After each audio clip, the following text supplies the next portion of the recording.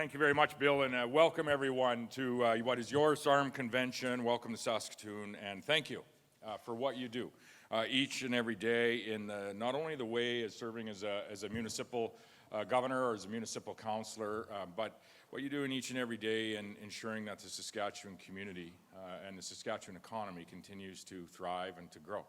And I was thinking, we came from Houston last night. We had a number of connections. And if our connections didn't work out, our backup plan was actually to have a former alumni of this organization speak, who is now the Deputy Premier of the province, Jim Ryder. I saw him this morning. He was the happiest guy to ever see me in Saskatoon this morning. He claims this was getting in the way of another fairly important speech that he has to give about a week from today in the legislature, which would be known as the budget. And so he's very happy, and that always makes me feel good when one of my colleagues says, "Oh, it's so good to see you," but he had ulterior motives, most certainly for that. It was so he wasn't up here and I was. But I was thinking we got in about midnight last night from a mining and energy conference in Houston, where there was a number of Trump's cabinet and other policymakers there that we wanted to engage with. Premier Smith was down there as well.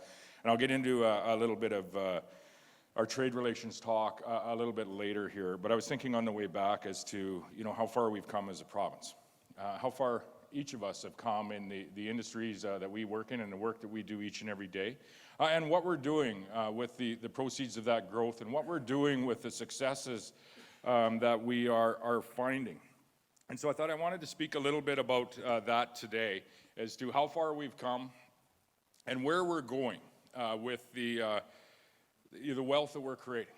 The wealth that we're creating provincially, the wealth that we're creating, ironically, for the rest of Canada, but also the wealth that we're creating for ourselves and our community in the services that are provided, but the wealth and the wealth that we are investing in that next generation, which is our children and the folks that will be in this room in 5 and 10 and 20 years. As I said, we've been away a substantial amount. Our ministers as well have been in a number of markets around the world where we have trade offices, shoring up the market share that we have in what is a very uncertain time. Myself, I've been into the U.S., Washington, D.C. twice, down to Houston, returning last night. I've been in Mexico as well, as they are the third partner in our North American Trade Agreement, which is the USMCA. Mexico also a significant partner for us, an exporting market for canola, and an increasing exporting market for canola, and I'll maybe talk about the importance of that towards the end of my remarks here as well. What we advocate for wherever we go is a non-tariff environment, free and fair trade with our trading partners around the world, and most certainly that's important with our largest trading partner, which is the United States of America. No one wins a trade war.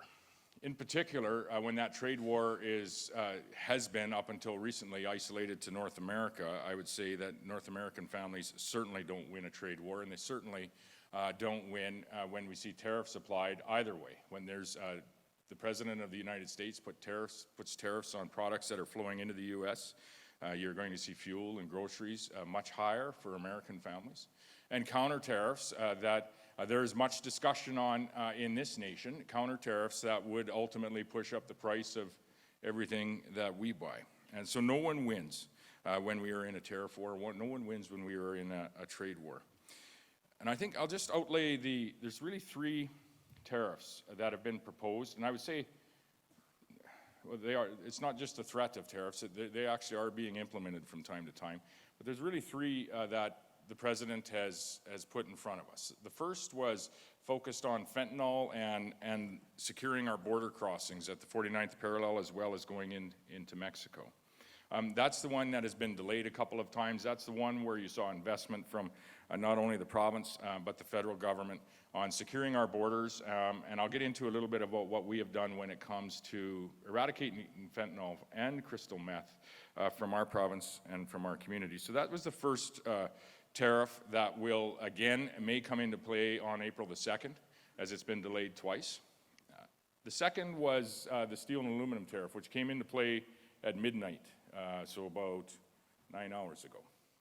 It came into force at about 25% on steel and aluminum products. This does have an impact, obviously, on a number of industries in Saskatchewan directly. It also has an impact indirectly on other industries in this province, such as the ag industry and mining industry, virtually everything that we do. We saw yesterday, and this is how quickly things are changing, we saw yesterday my colleague had woken up and said, we are going to put a 25% tariff on electricity that we export into 3 states. I think it was Michigan, Minnesota, and one other. Immediately we saw a response from the president where he said, well, not only are you getting 25% tariffs on your steel and aluminum, but it's going to go up to 50 and maybe even 75. And by the end of the day, there was a phone call that was made and an agreement to meet this Thursday, and it was back to where we started. And that's literally how quickly things are moving as we find our way through this conversation. And it's confusing and it's chaotic, and it isn't good for the markets, and it isn't good for North American families. So those are in place today. We'll see how long those stay in place. And then the third tariff, I think, is more globally focused and much less focused on North America or Canada and Mexico, and that is the reciprocal tariffs. And those are poised to come in. There's a report coming on April the 1st, and the president is poised to act on those on April the 2nd. None of them are good, and we're doing everything that we can as a subnational government to educate, to advocate, to ensure that all of those folks in and around the president that are in the room when these decisions are being made understand the full impacts of the decisions that they might make, and the full impact on American families, the full impact on the North American economy, and ultimately why they aren't good if our goal is to actually make a secure continent, energy secure continent, agriculturally secure or food secure continent, manufacturing secure continent, and by doing that, ensuring that we actually have the general security of North America as a whole. And we have some work there to do as Canadians as well, and I think we're committed to doing that work either through the current Prime Minister, maybe through the one that will be sworn in a couple of days, or surely if they aren't able, I think the third Prime Minister that we have this year will likely find his way to investing in our military. And one thing I think is important for each of us to remember as we find our way through just an uncertain and chaotic conversation is our resolve to succeed. And our resolve to succeed, I would say, very much is rooted in this province and in the industries that we have in this province. Natural resource-based industries, certainly, but rooted in the people that are working in those industries and rooted in the people that live here. And that has been Saskatchewan's way, is to power through these chaotic times. And we will power through this chaotic time, as challenging as it is. And so, a little bit on where we have come over the last number of years. When you look at how we create wealth in Saskatchewan, it actually isn't that complicated, and I've spoke about it before at this conference and other conferences. How we create wealth in Saskatchewan is through producing things, food, fuel, fertilizer, and many other things, and then we export those things to other areas of the world. To ourselves, yes, and to other Canadians, if we can get a pipeline built or our rail lines are working seamlessly, which would be an interprovincial trade barrier that we should be working on at the national level, and hopefully are. Everybody in good faith. But that is what we do, and that is what we have always done here. Traditionally, it's been agriculture, but it was morphed very much over the last number of decades into we are a significant energy producer, not just oil, $10 or $15 billion of oil, yes, but when you look at uranium, when you look at lithium, when you look at rare earths, some of the products that are going to power the future of the world, Saskatchewan is at the very center of those conversations. We're the largest source of potash fertilizer on Earth. We provide about 35% of potash fertilizer to the rest of the world. When you look at in Saskatoon here, that north of 51st Street, through my lifetime, how that has grown in the manufacturing sector, servicing not only the mining industry that is here, but servicing, yes, the energy industry that is here, as well as the ag industry that continues to be the spinal cord of our Saskatchewan economy. You look at how that manufacturing sector has grown in Saskatchewan and how many jobs have been created just north of that 51st Street right here in Saskatoon, and the same is happening in Regina, and the same is happening in many of our rural communities across the province as well. And so if you agree that the source of our wealth in our family, in our communities, in our province is the value of our exports, you can certainly see where we've came over the last decade and a half. In 2007, when we had the honor to form your government, from government here in Saskatchewan, our export value was about $17 billion. In 2018, that export value had increased to about $31 billion.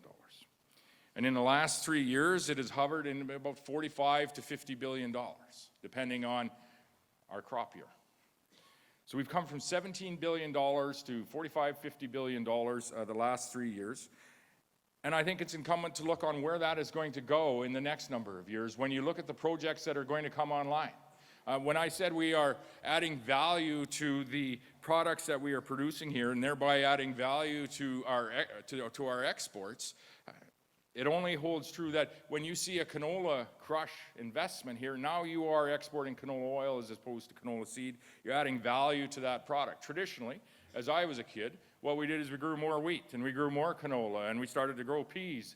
But we weren't always adding value to those products and creating those jobs in the canola crush sector, in the marketing sector, and all of the jobs that come as you find that higher value product and actually start exporting ingredients as opposed to agri-food products. And so when you see what's happening in the Yorkton area with the doubling of capacity and investment by companies like Richardson and Louis Dreyfus, and you see Cargill investing in their canola crush facilities. You see significant investment even coming into the future, despite uncertain times, into this very space. I think the future looks very good for Saskatchewan when you see the investment into protein fractionation, exporting protein, pulse proteins, as opposed to raw pulse crops. That value of $45 to $50 billion of our exports, $20 billion as agricultural products, is going to continue to climb. We exported more in agricultural products this last year than we did in the entirety of every product we had in 2007. 2007 was $17 billion total. Last year was $20 billion in ag exports alone, 2 years ago. We see in the mining sector significant investment, $20 to $25 billion happening. Yes, we have BHP, we have a copper mine that is coming forward. We have a uranium mine that it will be moving forward as well. We have another uranium mine that is working its way through the process. We are one of the rare jurisdictions in the world where you can still bring a significant mining project through the exploration phase, through the pre-development phase, and actually have a chance of getting it into production. That doesn't happen in any of the lower 48 states, and most of Canada today is sanitized as well. And by sanitized, I mean you have environmental regulation that pushes that mining project out past 14 years. Saskatchewan is one of the rare places, virtually the only place in North America, where you can still find your way to production. We see investment in the forestry industry, and we see investment, again, in all of the manufacturing industries that support these raw commodities and these value-added opportunities that we have. This is good news for that $50 million number as we look forward the next 3, 5, and 10 years. And it's good news for the youth in our community that are going to enter the job market or going to attend post-secondary school. And I would say it's good news for the future of Saskatchewan. And I say this despite the conversation that's happening today with China and the United States. And so how do we approach this conversation that is here today? We advocate, we educate, and we're in those markets where we are having that challenging conversation, specifically the US and now China. But we're also in our other markets of interest around the world. Saskatchewan is a province of 1.2 million people that exports those products to over 160 countries around the world. We're the highest per capita exporting region of North America, virtually, for sure Canada, but one of the highest per capita exporting areas of North America. And so we're engaging in all of those markets of interest as well to see if they can buy some more from Saskatchewan. Buy some more as we go through what is a very challenging conversation here at home. And so we've seen Minister Kading, our Minister of Trade and Export. He has been abroad. He's in Vietnam and Singapore, looking at new opportunities in the mining sector as well as expanding on the ag products that they're purchasing. Minister Harrison, our ag minister, has also been in India and the United Arab Emirates at a number of different pulse shows, ag shows that they have there. And these are important markets, and they're growing markets to our province. And I would argue they're growing markets and growing opportunities for our nation as well, and they provide us other opportunities when we're having these tariff discussions here in North America. But through all of this, and I think this is incumbent for us as Canadians to remember, the United States of America historically has been our largest trading partner. and it has been our largest ally. And when we find our way through the current discussion and when the dust settles, they likely are still going to be our largest trading partner, certainly in Saskatchewan's case, and they likely are still going to be our largest ally when we go to address the rest of the world, friend or foe. And allies around the world, allied nations, and thus the supply chains are changing before our very eyes with all of the unrest that has been happening the last number of years. And so we ought to keep that in mind as Canadians as we talk about how hard we want to hit back, how hard we want to impact, in our case, counter-tariffs actually impact Canadian families. We seem to have forgotten that in this discussion. However, we need to be firm with our response, because what is happening here and what is being imposed by one gentleman in the White House certainly is not indicative of the historical trade relationship that we've had in North America. Our trade relation is set up the way it is for a reason. And I'll walk you very quickly through a crop year in North America, and I'll walk through it from the perspective of a Saskatchewan farmer. But it gives you an idea, and every industry has a similar story to tell, and I tell it often in Washington and Houston, as to how integrated our economy is in North America. And when you think about it, as we work through this quick crop year and where our products come from, you'll very much see that it's integrated for a reason. And in Saskatchewan, when you go out to seed in the spring, the first thing that you might do is you might go down to Fargo, North Dakota and buy a big red quad-track tractor. The second thing you'll do is you'll bring that back and you'll go to St. Brew, or just outside Regina, and you'll buy a Saskatchewan-built no-till drill. You'll fill it with seed, where the genetics would come from just down the street here in Saskatoon at the University of Saskatchewan from the Crop Development Center. You'd put potash in it from this province. You'd put phosphate in it from Florida. You put nitrogen in it, they come from Redwater, Alberta, or maybe Oklahoma. You'd then go back down to the U.S. to Des Moines, Iowa, and you'd get a big green sprayer. You'd bring it back, you'd put crop protection chemicals in that sprayer that would be manufactured in the southeastern United States, and you go out and apply that on your crop. You go back to Winnipeg as the year progresses, and you buy a MacDon Windrower. You go back down to East Moline, Illinois, and buy a big green combine. You might go to Climax and get a honeybee header to put on that combine. You go out and harvest that crop. You'd have a truck that's built in Denton, Texas, pulling trailers that are built in Anaheim, Saskatchewan, and you'd load your oats up into that trailer and you'd bring them down to Cedar Rapids, Iowa, where Quaker Oats would buy them, and people in the U.S. would be employed in adding value to that product, and we would all have oatmeal to eat. And that's how we create food security in North America. We do it together. We don't do it in spite of one another. And whether it's the energy industry, the mining industry, the manufacturing industry, the story is the same over and over and over, and we mustn't forget that. And that's the story that we bring to the Americans when we find our way down there. And it's set up this way for a reason, because it is the most efficient. And we provide ourselves with food and energy security, thus a secure continent. And so this is where we've been in this trading relationship, not just with the U.S., but with over 160 countries around the world. Why does that matter? Why does it matter that our export value is growing from $17 billion a decade and a half ago to close to $50 billion today, and is poised to grow another $5 or $10 or $15 billion in the next number of years? It's so we can invest that wealth back into the people that live here, whether that be through municipal revenue sharing with our municipal governments across the province, whether it's ensuring that Saskatchewan continues to be the most affordable place in Canada to live. And it is the most affordable place in Canada to live. And you heard much of this talk during the most recent campaign, the provincial campaign that we had last fall, was the affordability platform that both parties had put forward, and certainly that our party is now enacting. And that is to ensure that Saskatchewan remains the most affordable province in Canada to live, because we know that the cost of living here in Saskatchewan are not immune to these global pressures and these changing supply chains, but we also know, and we know that we as a government need to invest to ensure that it remains affordable for that next generation and our children.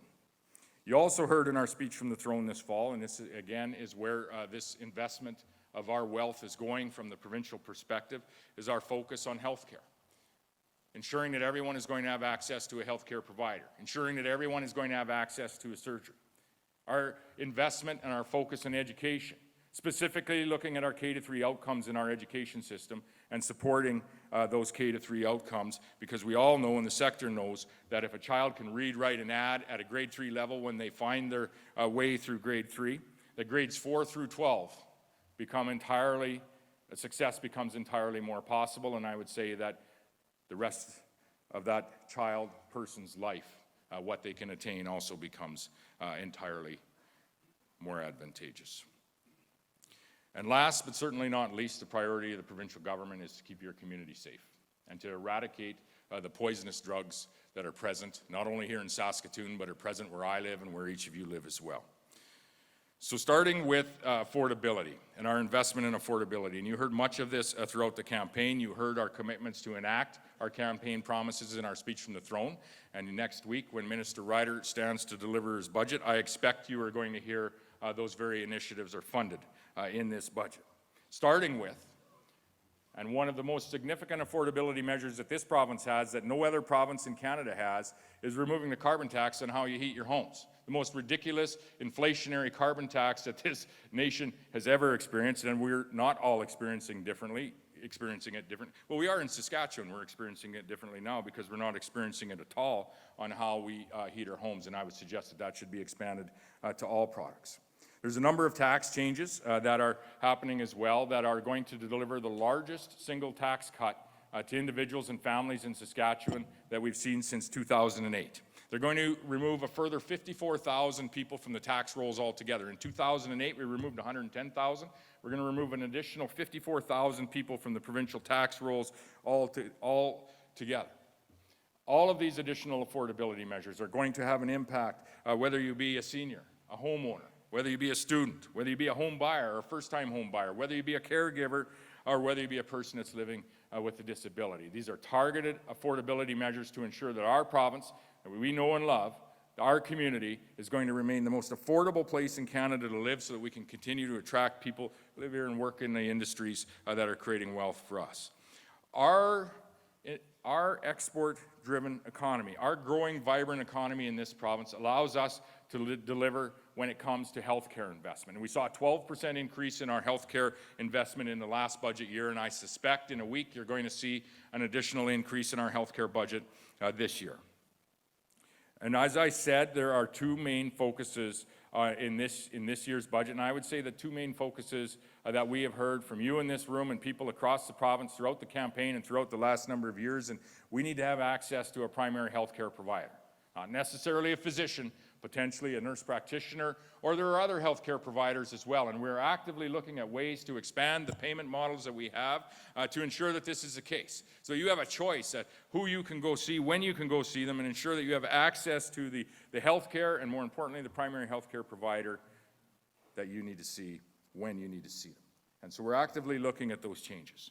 We're also looking at how do we invest in pulling people out of our emergency rooms. The most expensive seat in the healthcare system is in an emergency room. And I would suggest, and it's been shown, that there's many of those individuals are in there because they don't have access to a primary healthcare provider. And so we're going to increase the access that you have. We opened up an urgent care center in Regina that is pulling people out of our emergency rooms in Regina, and it's opened as a pilot program, but is showing great success in doing just that. And so we're going to open another one in Regina. We're going to open two here in Saskatoon, and we're going to follow that with one in Prince Albert, North Battleford, as well as one in Moose Jaw. Today this is a Canadian challenge. When it comes to human people, human resources in our healthcare system that are offering our service in your community and mine, the lack of people that we have. And we're looking hard and recruiting hard, and we have the most ambitious health human resource plan in the nation of Canada. But it is a Canadian challenge. It's not exclusive to Saskatchewan. And that's why you've seen us invest now over $100 million in that health human resource plan, and it is showing successes. Today in Saskatchewan, as the numbers go, the latest health tracking numbers, we have 84% of Saskatchewan residents do have access to a health care provider. That's far above the national average, far above the Canadian average, but we still have more work to do. We have more work to do in this space, and we're committed to doing it, and we're going to use the strength of that economy. We're going to use the wealth that we are creating together to ensure that that is the case.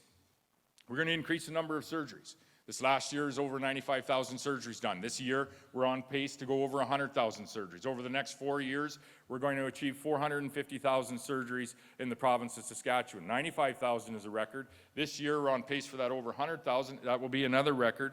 And when we find our way to 450,000 surgeries, that certainly is going to help to ensure that all of you in this room and your family members and your friends do have access to a surgery when they need it. And we're using all of the opportunities, all of the tools that we have to ensure that's the case. And that's all of our public surgeries. And then we're procuring additional private surgeries. We're publicly paying for them, but they're privately delivered.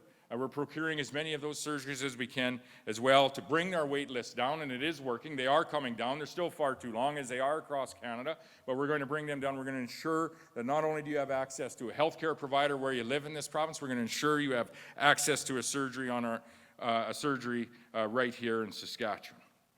I mentioned education, and I think education is a space where we need to have a lot more discussion with parents and with families and with community members across this province. And we need to continue to invest in education. Last year's budget had a 9% increase in the education budget, and I would suspect you're going to see an increase in a week. A week to ensure that we are addressing and providing every opportunity for success in that K-3 space in particular. An increase to fund the schools that we have announced and are building across this province. But I'd make no mistake, we are making a specific focus on the outcomes in that K-3 space. We know that when a child is reading and writing at the appropriate level, at grade 3, that their educational outcomes from grade 4 through 12 are going to greatly improve, and the opportunities that they find in life are also greatly going to improve. We want our students, who are our children and grandchildren, and we must never forget that. We want to provide them with every opportunity to be successful. That's why we have an entire education system in the first place.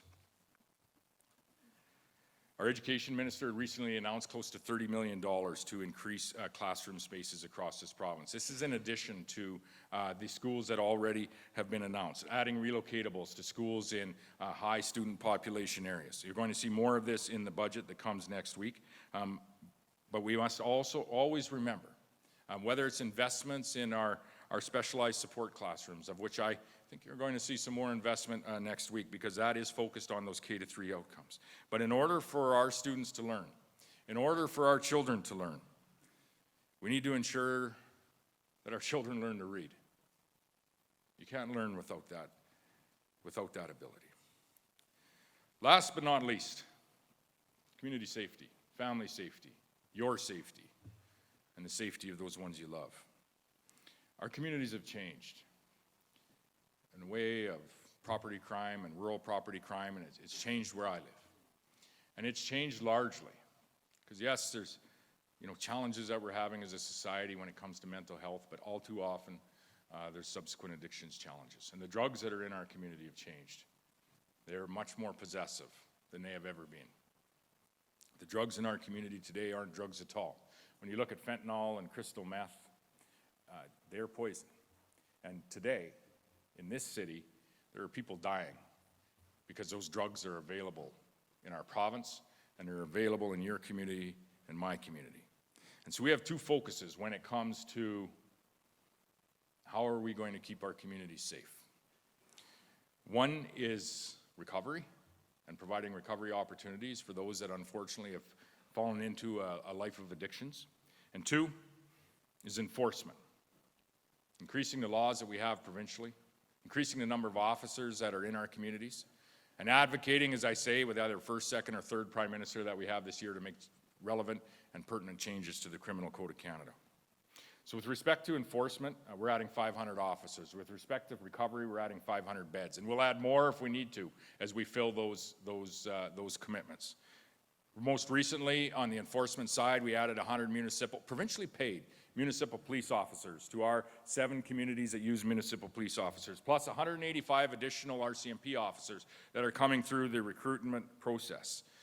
Those officers are there alongside with changing the provincial laws that we have when it comes to fentanyl and crystal meth. For example, increasing the fines to $1 million for having those drugs, increasing all of the provincial opportunities that we have to increase the consequences for those that are involved in trafficking this poison in our communities, increasing the number of officers, as I said, and all of this is coming together to ensure that we're making every effort to eradicate fentanyl and to eradicate crystal meth from our communities. We need to get those drugs out of the hands of the drug dealers, and we need to get the drug dealers out of our communities. And that is going to happen not only in Saskatchewan, but I dare say in many communities across Canada.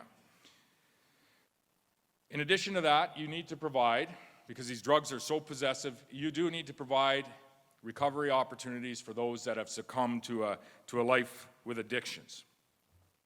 And we're doing that with those 500 recovery beds. In fact, I'd say that 500 isn't going to be enough, and when we find our way there, we will likely have to increase that number. Why we are doing this is to ensure that your community is safe and to ensure that your family, after supper, is able to go to the park or go for a walk and not be concerned about what is going to happen. And this has changed, and it needs to change back, and we're going to make every investment and use the strength of the growing, vibrant Saskatchewan economy to deliver these results for you.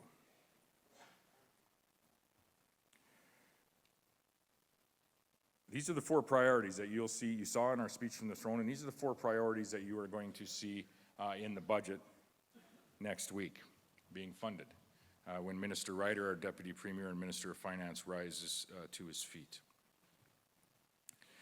I think in addition to that, with all of the uncertainty that is happening with our discussions with the USA and more recently now with China, it's important for us to also use that economy, that strength of our Saskatchewan economy to provide as much certainty as we can.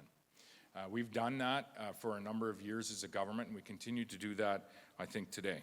And you saw that with Minister Schmaltz's announcement of the increase in municipal revenue sharing, a program that is not present in any other province in Canada, a program that is exclusive to Saskatchewan. I think it increased just over $20 million, an increase of over 6%. It's at a record number again, $361 million that will be transferred to our municipalities, unencumbered, no strings attached, and again, unlike anywhere in Canada. That's providing as much certainty as we are able to your community. Working alongside you with infrastructure projects as well when there's federal programs that we can offset those costs. But the very base of that certainty is that municipal revenue sharing program that was introduced in 2008, shortly after we had the honor of forming your government. We're freezing the education property tax from the provincial perspective. We are living in a time when inflationary pressures are going to continue to climb due to decisions that are made, and whether it be in the U.S. or by our federal government. And we have made every effort this year to ensure that the education budget is going to increase, quite likely substantially, but the education property tax on your ratepayers and our collective constituents is not. And so the mill rate will actually decrease, as this is a reassessment year. But we are going to ensure that what we collect in the education property tax this year will be the same as last year. Our Environment Minister, Travis Keesing, is doing a great job. And being an Environment Minister, and I can say this with a certain degree of historical knowledge, and coming to a SARM convention can be a daunting convention to attend. I think back, I was compared to at one point in time, I don't know if it was directly me, but to a jar of peanut butter as far as the shelf life of environment ministers in this government. But we certainly got a good one now, and I can say that he very much has been listening to all of the representatives across the province, and in particular SARM. And when SARM had come forward, Bill, with some of the challenges around derelict buildings, which are not new, Travis and Eric Schmaltz, our Minister of Government Relations, certainly went to work, and they've brought forward a program that we are going to, I think, be a win-win in the way of being able to remove some of our derelict buildings, but also provide some at-home training for our fire departments, our volunteer fire departments, and we won't have to travel for some of the training that they need to take to keep their certifications as well. And so credit to SARM, and credit to you in the room for moving forward with that call. There will be things to work through, certainly, as we work through that. But a credit then again as well to your SARM board for bringing it to the provincial government, and thank you to Travis and Eric for moving on that.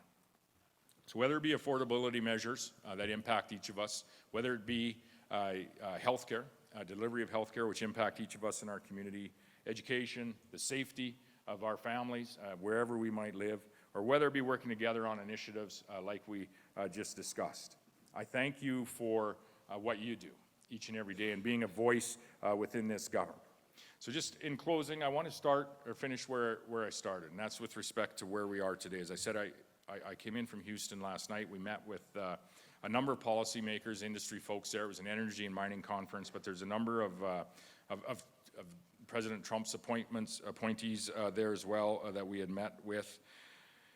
This is a challenging time, and we are going to feel it. We're going to feel it in Canada, and we're going to feel it in Saskatchewan.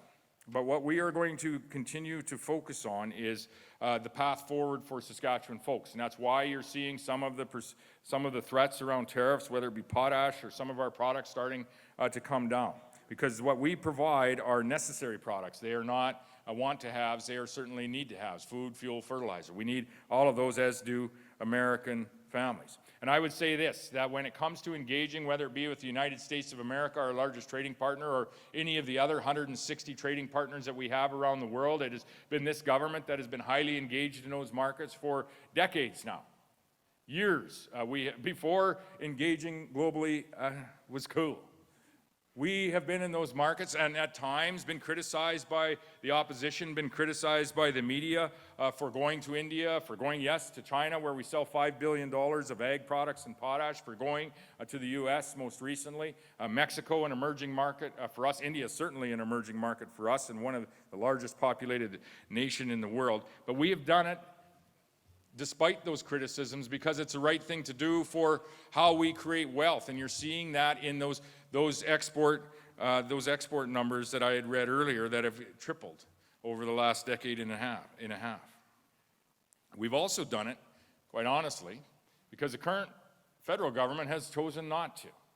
And if you go back just over 10 years, there's an ag minister federally that was from Saskatchewan, Jerry Ritz, and he lived in an airplane and he lived in foreign markets, selling your wheat and selling our canola and selling our peas and selling Saskatchewan and Canada to countries around the world. And that has been lost in the last 8 or 9 years, and those chickens are coming home to roost right now, so to speak, because those relationships are not there. Because it has not been a priority of the federal Liberal government, and I say that quite open and honestly, and it has not been a priority by the opposition party that has propped them up over the last while. If you look at where we are with respect to the Chinese tariffs on canola today, this is a response to a 100% electric vehicle tariff that Canada put on Chinese electric vehicles. And so when you look at Chinese electric vehicles and you drive around Saskatoon, you don't see very many of them. You don't see very many of them in Canada, or North America for that matter. They're a vehicle that no one wants. And so we tariffed a vehicle that no one wants to protect a North American electric vehicle industry that very few can afford. And the impact of that decision by our federal government is a 100% tariff on Canadian canola oil and meal that's going to China, a product that not only do people need and have been buying for years, but they've been paying for, and it's employing Canadians today. And that is the message that our Canadian government needs to hear today, is they need to engage with the Chinese government. They are our national government. They need to engage with the Chinese government to find a path to rectifying this. On behalf of Atlantic Canadians as well, because the second half of that tariff is on the seafood that they're also sending to China as well. They're putting our general economy, our Canadian economy at risk by not engaging and not forming those relationships around the world. You see the attitude changing here in Canada, changing right at home as well. Until recently, Western Canadian oil, whether it be by numerous federal politicians, Quebec politicians, they've always often have referred to Western Canadians' energy industry as dirty oil. Now they're back to, well, this is the Canadian energy sector and we should use it as a bargaining chip with President Trump. It became the Canadian energy sector all of a sudden. And it is an important commodity when it comes to working with the United States Trump administration. And all of Saskatchewan, and I would say Alberta commodities alike, are very important commodities. They're need-to-haves, not want-to-haves. And we're very aware as a government of the cards that we have to play as this conversation progresses. But those decisions will be made when they need to be made. We will not hypothesize in the media as to what cards might be played down the way. Those decisions will be made when they need to be made, and our goal has always been to not have tariffs, to have a free and fair trade relationship with the U.S. and everyone else around the world, and if the tariffs are imposed, to ensure that they're on for the shortest period of time that they can be. So now we're starting to see talk of Canadians being energy independent. We've been talking about that for years. But the reality is the policy decisions that we have made as a nation over the last number of years have been something quite different, from finding our way to being energy independent, from be able to expand the mining industry and the industrial industry that are creating wealth in Saskatchewan. In fact, over the last decade, there's been $280 billion in energy projects that have not moved forward because of policy decisions that have been made, most of them at the national level. We most recently now are talking about, a revival of Energy East and a Pacific pipeline to access the world, as opposed to being reliant on the USA for our market when it comes to oil. In Saskatchewan's case, we ship about $10 or $15 billion of oil to the U.S.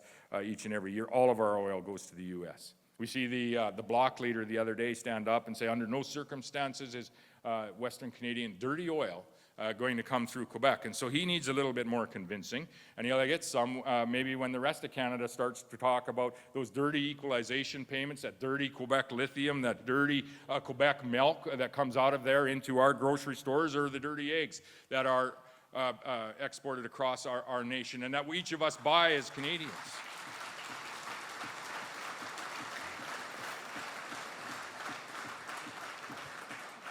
We should not be criticizing one another's industries and criticizing the most sustainable industries in the world and the industries that are creating wealth in Canadian communities. And we do need to come, as difficult and challenging as it is at times, we need to come together as Canadians and quit with some of the rhetoric that we see coming out of that particular politician in Quebec. We also see some of that rhetoric coming out of various opposition parties. We have right here at home, our NDP has criticized us for opening trade offices abroad. They've criticized us for engaging abroad as well on your behalf and on the industries that are creating those wealth numbers that I read earlier. They supported tariffs when they were imposed on the EU. That's what the NDP party has done in the past. That's their record. That's the policies that they've supported. They voted against pipelines in our very provincial legislature in Saskatchewan, and they called, when we had taken the federal government to the Supreme Court of Canada to protest and to remove the carbon tax on everything for everyone, the Saskatchewan NDP called that a pointless crusade. Well, it's going to end one way or another, and as I said, 1, 2, or 3 prime ministers are going to have a swing at it this particular year. The one big idea that we see out of the opposition here in Saskatchewan is to hang a billboard in the Chicago subway. Chicago is in Illinois. They have a Democratic governor. They have 2 Democratic senators, and most of their congressmen are Democrats as well. They're not in the room when President Trump is making a decision. Rest assured of that. We need to advocate with the people that are in the room, and that's precisely what we're doing. And thankfully, we have built those relationships with those congressmen, with those senators, and those governors over the last number of years. You can ignore reality. And many of our political parties in this province, one of them, as well as a couple of them at the national level, I would say over the last 8 to 9 years, have made every effort to ignore reality. You cannot ignore the consequences of reality. And that is what we are dealing with here today in this phase, as we face what is literally a crisis for our province and our nation, where we are having free and fair trade that is being threatened with our largest trading partner, as well as our second largest trading partner, the 2 largest economies in the world. We've been there all along to advocate, to educate, and to promote, and to augment and enhance any of the national level initiatives, regardless of who the government is. And we'll continue to do just that. Build those relationships, seek out those export markets, and do everything that we can to protect the market share that we have in those markets today. Increasing the value of our exports, your exports, so that we can deliver on the priorities of Saskatchewan people: affordability, healthcare, education, and safer communities. I believe in this province. I have since before I was ever elected.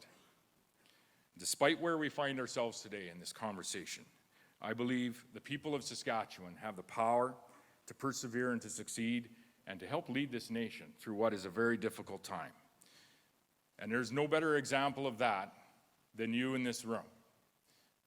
Stepping up to represent your community, coming to be part of the SARM delegation and the SARM convention this year to help and advise, and we'll probably get a lot of advice in the bear pit in a few minutes, and I appreciate that, but to help and advise your provincial government to ensure that we are making the very best decisions on behalf of the people that we collectively represent, because they are our friends, they are our family, they are our community members, and they are Saskatchewan.